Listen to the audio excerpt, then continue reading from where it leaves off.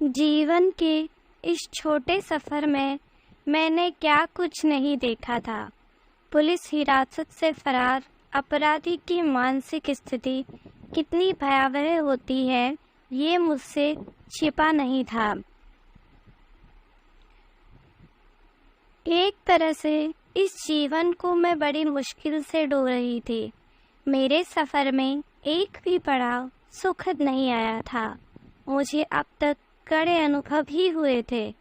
मैं कस्बे से काफी दूर उसी शहर में पुनः आ गई थी, जहां की अदालत में मेरे खिलाफ मुकदमा दायर था। आज सुबह से ही मैं अदालत का चक्कर लगा रही थी। जिस जज की अदालत में मेरे खिलाफ मुकदमा था, मैं उसका नाम और पता जानना चाहती थी। आखिर मैंने शाम होते होते उस जज का नाम और पता जान ही लिया। उसका नाम दीवान चंद था और वह अदालत के पास ही कॉलोनी में रहता था। मैं जज के निजी जीवन के बारे में जानना चाहती थी। वह कैसा है, उसके शौक क्या क्या हैं, क्या वह इश्क मिजाज है, कभी कोई अपराध किया है या नहीं, वगैरह वगैरह। रात के कोई 12 बजे जब जज के बंगले पर पहुंची तो मुख्य दरवाजा बंद था। मैंने दरवाजे पर हल्की सी थपकी दी। संयोग से दरवाजा जज ने ही आकर खोला। मुझ पर जैसे ही उसकी नजर पड़ी, वह अचानक ही मुस्कुरा पड़ा। उसके मुंह से शराब और सिगरेट की मिली जुली दुर्गंध आ रही थी। उसकी चुटकी में अभी ये पूछते हुए वो गिलास में शराब उड़ेलने लगा। बहुत ही महंगी शराब उसके गिलास में गिर रही थी।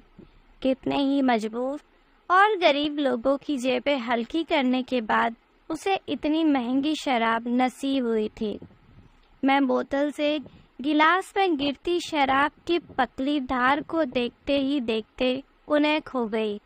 ये व्यक्ति जो एक जज है, कुर्सी और पद को पाकर भूल गया है कि यहाँ तक पहुँचने के लिए इसने कितनी कठोर मेहनत की है। इसने शपथ भी खाई होगी कि झूठ का साथ नहीं दूंगा, सच के सिवा कुछ और नहीं सुनूंगा। लेकिन आज इसे कुछ भी याद नहीं। मैं ये सोच ही रही थी कि उसने दोबारा वही प्रश्न कर दिया। मैंने तुमसे तुम्हारा नाम पूछा था। मैं एक खूबसूरत और युवा युवती हूँ। क्या इतना काफी नहीं है? आपके मन में जो आए उस नाम से मुझे पुकार लीजिए। मैंने बड़ी ही अदा और नखरे के साथ कहा। जज एक ही सांस में गिलास की सारी शराब पी गया। फिर मेरी कलाई थामकर बोला, 1-2 पेग अगर तुम भी ले लो तो रात और हसीन हो जाएगी। मैंने शराब पीनी छोड़ दी थी, लेकिन आज पीना बहुत ही जरूरी था। जज के कंधे पर हाथ रखती हुई चहक पड़ी। वैसे मैं भी शराब पीती तो नहीं, पर जब आप कह रहे हैं तो आज जरूर पीऊंगी। लेकिन पेक आप ही बनाएंगे। बहुत खूब। तुम कितनी चंचल हो। ऐसी लड़कियां जल्दी मिलती कहाँ है। जो भी आती हैं ठंडी लाश होती हैं। आज की रात मेरे लिए दिवाली की रात है। जज ने पेक बनाकर मेरी ओर बढ़ा दिया। गले से नीचे उतरते ही शराब ने असर दिखाना शुरू कर दिया, लेकिन मैं पूरी तरह से होश में थी, क्योंकि एक तो पेक से मुझे नशा नहीं बल्कि हल्की सी गुदगुदी भर ही हो रही थी। जज तो पूरा नशे में था, लेकिन वह भी होश नहीं खोया था। उसकी उम्र यही कोई 40-45 की थी। मैं सोफे पर आकर अभी बैठी ही थी कि उसने मेरे आगे तले हुए काजू के टुकड़े रख दिए। लो खाओ। फिर उसने भी काजू के 4-5 टुकड़े प्लेट से निकाल लिए। मैंने अभी प्लेट में हाथ डाला ही था कि जज ने टीवी का रिमोट उठाकर उसे चालू कर दिया। मेरी नज़र जैसे ही टीवी स्क्रीन पर पड़ी, मैं अचंभित रह गई, क्योंकि वहाँ तो काफ़ी अश्लील ब्लू फिल्म आ रही थी। शायद उसने मुझे दिखाने के लिए पहले से ही इसकी व्यवस्था कर रखी थी। फिर वह मेरे करीब आकर बैठ गया और मुझे बाहों में भींचते हुए अपने होठों से मेरे गले के आसपास गुदगुदी करने लगा। मैं समझ गई जज दीवान चंद ने अपने अब तक के जीवन में मासूम, लाचार और गरीब लड़कियों के साथ सिर्फ खेलने का ही काम किया है। तभी मैंने मुस्कुराते हुए उसके गाल पर होंठ रख दिए और धीरे धीरे उसके गाल पर होंठ रगड़ते हुए अचानक ही उसके गाल को जबड़े के बीच कसकर दबा लिया। वह पागलों की तरह चीखने चिल्लाने लगा, फिर एक झटके के साथ दूर जा खड़ा हुआ। उसकी आंखों में भय झलक रहा था। मैं हंसती हुई बोली, क्या हुआ जज साहब, शराब तो आपने ही पिलाई थी। हाँ, मुझे पता है तुम्हें नशा हो गया है, लेकिन मैं नशा उतारना भी जानता हूँ। उसके ये कहते ही मैं आंखें गोल गोल नचाते हुए बोली, कम ऑन डार्लिंग, नशा उतर जाने के बाद मजा ही क्या रह जाएगा। आप भी नशे में हैं, मैं भी नशे में हूँ, फिर ऐसे में प्यार आक्रामक होना ही है। आप चाहते भी तो यही थे ना। जज कांपते पैरों से मेरे पास आया और मेरे कंधे पर हाथ रखते हुए कहने लगा, प्यार में जानवर बन जाना ठीक नहीं होता है। तुम्हारा प्रेम जताने का तरीका तो किसी भूखी शेरनी जैसा है। उसके ये कहते ही मेरी नज़र फर्श पर पड़े अखबार पर चली गई। मैंने उसे उठाते हुए कहा, देखिए जज साहब, इसमें एक खबर छपी है कि जज ने घूस लेकर एक निर्दोष को उम्र कैद की सजा सुनाई। दूसरी खबर है कि एक पुलिस इंस्पेक्टर ने लोगों की भीड़ से एक लड़की को खींचकर उसके साथ बलात्कार किया। तीसरी खबर है कि मंत्री ने अपने चुनाव क्षेत्र की उस महिला के साथ बलात्कार किया जो उसके पास अपनी अस्मिता की रक्षा के लिए गई थी। चौथी खबर है एक अभिनेत्री के साथ प्रधानमंत्री के बेटे ने जोर जबरदस्ती की। पांचवी, इंस्पेक्टर ने उस व्यक्ति की हत्या कर दी जिसके पत्नी का वह आशिक था। जज साहब, क्या आपकी अदालत में इन मनचले धनाढ्य अपराधियों के लिए कोई दंड की व्यवस्था है? जज हंसने लगा, लगता है तुम्हें नशा कुछ ज्यादा ही हो गया है। तुम्हें पागलों की तरह ये सब क्या बकी जा रही हो। बेसिर पैर की खबरों का कोई वजूद नहीं होता। वे बड़े लोग हैं, उनका ये शौक है। बलात्कारी शब्द तो यूं ही अखबार में लिख दिया गया है, जबकि वास्तव में उन्होंने किसी के साथ बलात्कार नहीं किया होगा। उसमें उन महिलाओं की सहमति अवश्य ही होगी। अदालत तो पैसे वालों की थी, है और आगे भी रहेगी। बहुत खूब जज साहब। यदि कोई निर्धन और साधारण लड़की एक वेश्यालय चलाने वाले मंत्री की हत्या कर दे तो क्या अदालत उसे रिहा नहीं कर सकती कि उसने एक भ्रष्ट और दुराचारी व्यक्ति को मारा है? मैं नशे का नाटक करती हुई बोली, मंत्री तो मंत्री होता है, वह भ्रष्ट हो या दुराचारी, उसके पावर और रुतबे में इससे कोई कमी नहीं आ जाती है। मंत्री को दंडित करने का अधिकार किसी को भी नहीं है। वह तो खुला सांड होता है, कहीं भी मुंह मार सकता है, कुछ भी कर सकता है, क्योंकि इसके एवज में वह जनता की सेवा भी तो करता है। अदालत में मंत्रियों, रईसों, सेठों, हाकिमों के खिलाफ मुकदमे दर्ज तो हो सकते हैं, पर उनकी सुनवाई नहीं हो सकती है। नादान लड़की, कानून अमीरों का सेवक होता है। तुम्हें भला कानून और अपराध से क्या काम? ये कहते कहते दीवानचंद मुस्कुराया, फिर आकर मुझे चूमने लगा। मैं खड़ी खड़ी सोच रही थी, दीवानचंद जिस्म का भोगा है और मेरे आशिक तो यही सोचते हैं कि वे मुझे लूट रहे हैं, और मैं सोचती हूँ कि उनके साथ मैं बलात्कार कर रही हूँ, और सच यही है। मैं एक झटके से पीछे हटी और पलंग पर जा चढ़ी। जज साहब, ये अदालत का कोई मुकदमा नहीं है जहाँ सिर्फ आपका ही ऑर्डर चलेगा। मुझे पकड़ सकते हैं तो पकड़ लीजिए। इन खेलों में तो धर पकड़ का ही मजा है। मेरे ये कहते ही दीवानचंद एक कुशल खिलाड़ी की तरह हंसा, फिर पलक झपकते ही पलंग पर चढ़ आया। तब तक मैं भागकर बालकनी में भाग गई थी।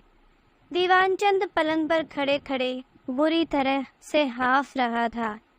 तभी उसकी नज़र मुझ पर पड़ी तो वह वहाँ से कूदकर मेरी तरफ दौड़ पड़ा। मैं बिजली की तरह वहाँ से भागी और बरामदे में आकर खड़ी हो गई। दीवानचंद बरामदे के कोने में खड़ा खड़ा हंस रहा था। उसके चेहरे पर थकान के भाव थे। मैं सोचने लगी, अब दीवानचंद की मर्दानगी की खबर लेनी चाहिए। इसका मान मर्दन आज मैंने नहीं किया तो ये शैतान न जाने अभी कितनों को बर्बाद करेगा। उसके पास आ खड़ी हुई और उसके होठों पर होठ रखकर बोली, आप कैसे हैं जज साहब? आखिर आप मुझे पकड़ नहीं पाए। चलिए मैं माफ़ कर देती हूँ। देख लीजिए मैं कितनी उदार हूँ। क्या आप किसी मुजरिम को माफ़ कर सकते हैं? जज के चेहरे पे एक अजीब सी वितृष्णा के भाव पसर आए थे। वह मेरे साथ बेडरूम में आया और बोला, सच सच बताना, आखिर तुम कौन हो? तुम्हारी हर बात में कानून अदालत का आना मुझे अच्छा नहीं लगता है। जज साहब, ये शराब के नशे का प्रभाव है। मैं देख रही हूँ आप पहले की तरह जोशीले नहीं लग रहे हैं। आप अचानक ठंडे कैसे पड़ गए? आइए न प्लीज़। मैंने ये कहते हुए दीवानचंद को अपनी ओर खींच लिया। वह आने को तो मेरी बाहों में आ गया, पर इस तरह जैसे कोई नपुंसक झिझकता सहमता किसी स्त्री को बाहों में आता हो। यही तो मैं चाहती थी। उसकी आंखों में दहशत थी। आइए आगे बढ़िए। आपको तो इस चिदेह का स्वाद चखने में आनंद आता है। जज दीवानचंद स्वयं को शायद इसके लिए तैयार न कर पा रहा था। वह मुझे अपलक घूरते हुए बोला, तुम खूबसूरत हो, हसीन हो, पर स्त्री सुलभ गुणों से संपन्न तो बिल्कुल भी नहीं हो। क्या करूं जज साहब, मुझ में पुरुष सुलभ गुण आ गए हैं। पुरुषों में स्त्रियों से खेलने का शौक ही इस कदर बढ़ गया है कि मजबूरन स्त्रियों को भी मर्द बनना पड़ रहा है। आप ठंडे पड़ गए हैं, मुंह लटकाए खड़े हैं, तो मुझे भी मजा आ रहा है। जज दीवानचंद के कानों में मेरे शब्द जैसे ही पड़े, वह शक भरी नजरों से मुझे घूरने लगा। फिर वह मोबाइल उठाकर नंबर डायल करने लगा। मैं समझ गई ये किसका नंबर डायल कर रहा है। मैं इसके लिए पहले से ही तैयार थी। झट से मैंने उसके हाथ से मोबाइल लपक लिया। जज साहब, इंस्पेक्टर से बात करने जा रहे थे ना, उससे मेरे बारे में पूछने की जरूरत नहीं है। अपने बारे में मैं खुद ही बता सकती हूँ। जज साहब, मैं वही लड़की हूँ जिसने गृह मंत्री की हत्या की थी। मैं वही लड़की हूँ जिसके खिलाफ मुकदमा आपकी अदालत में है। मैं वही लड़की हूँ जो पुलिस हिरासत से फरार है। तुम वही लड़की हो? जब दीवानचंद की घिघी सी बंद गई थी। हाँ, मैं वही लड़की हूँ। क्या तुम अपराधी नहीं हो?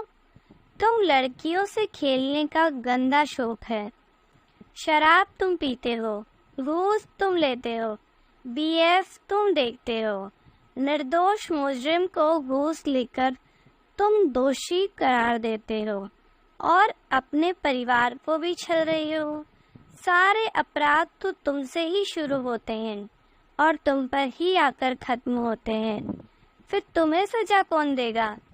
तुम जज हो, तुम्हें कोई सजा नहीं देगा। तुम ऐसा गलत सोचते हो। मैं तुम्हें सजा दूंगी। मैं ये कभी नहीं चाहूँगी कि मुझे एक ऐसा जज सजा दे या एक ऐसे जज के सामने अदालत के कटघरे में खड़ा होना पड़े जो खुद एक अपराधी हो। इसमें मेरी बेइज्जती है। ये कहते हुए मैंने अपनी पिस्तौल उसकी ओर तान दिया। नहीं, तुम कानून को हाथ में नहीं ले सकती हो। क्यों नहीं ले सकती हूँ? तुम कानून के रखवाले हो, इसलिए कानून को हाथ में लोगे और मैं एक आम नागरिक हूँ, इसीलिए कानून को हाथ में नहीं ले सकती। जज दीवानचंद, लोग कानून को अंधा कहकर मजाक उड़ाते हैं, लेकिन मैं कहती हूँ कानून अंधा नहीं है, बल्कि कानून के रखवाले अंधे, भ्रष्ट, बेईमान, चोर, मक्कार और दोगले हैं। तुम जैसे लोगों ने ही कानून को अंधा बना रखा है। ये कहते कहते मैंने उसके सीने पर गोली चला दी। वह फर्श पर गिरकर छटपटाने लगा। उसके सीने से खून के बुलबुलों से फव्वारे की शक्ल में फूट पड़े। फिर मैंने पीछे मुड़कर देखा, पुलिस मुझ पर बंदूक ताने खड़ी थी। मुझे जितना जीना था उतना जी चुकी थी। जीवन मृत्यु के बीच का फासला मिट गया था। पिस्तौल एक तरफ फेंककर मैंने अपने हाथ ऊपर उठा दिए। मेरे मन में कोई भय नहीं था, क्योंकि मैंने जिन्हें मारा था वे लोग अपराधी ही नहीं थे, बल्कि अपराधों के गढ़ थे। मैं चुपचाप पुलिस की जीप में जाकर बैठ गई। दोस्तों, आपको ये नॉवल कैसा लगा? आप प्लीज़ कमेंट में ज़रूर बताइए। Thank you.